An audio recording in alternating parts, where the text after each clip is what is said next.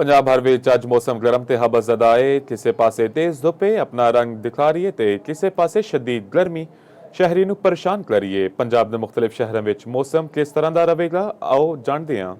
पंजाब भर में सूरज अज भी पूरी आबो ताब दे नाल चमक रहा है। तेज धुप ते हबस दे बायस गर्मी की शिद्दत बरकरार है। शहरी गर्मी तो परेशान ने ते मौसम बदस्तूर गर्म है। जे गल करिए लाहौर दी ते लाहौर विच भी धुप दे नाल हबस बरकरार है। फिजा विच नमी दे बायस मौसम भोजल महसूस हो रहा है। आवन वाले घंटियां दे दौरान कुछ इलाकों विच बारिश पैन दे बायस गर्मी की शिद्दत विच आरजी कमी आवन दा इम्कान है। महकमा मौसमियात वाले दस रहे ने कि अज भी पंजाब के ज्यादातर इजलाह विच मौसम गर्म ते मरतूब रहन दा इम्कान है। रावलपिंडी, जहलम, चकवाल, गुजरांवाला डिवीजन, लाहौर, शेखुपुरा, कसूर, साहिवाल, उकराड़ा, फैसलाबाद, जंग, भावलपुर, गुजरात, लहिया, बकलर, डीजी खान, मुल्तान, रहीम यार खान विच तेज हवावां ते गरज चमक दे नाल बारिश पैन दा इम्कान है। मतवद दर्जा हरारत डेरा गाजी खान 40, भावलपुर 40, सरगोदा 39, साहिवाल 39, मुल्तान 38, फैसलाबाद 38, अटक 37, लाहौर 37, चकवाल 35, रावलपिंडी 35, जहलम 34, मरी 24 रिकॉर्ड किया गया।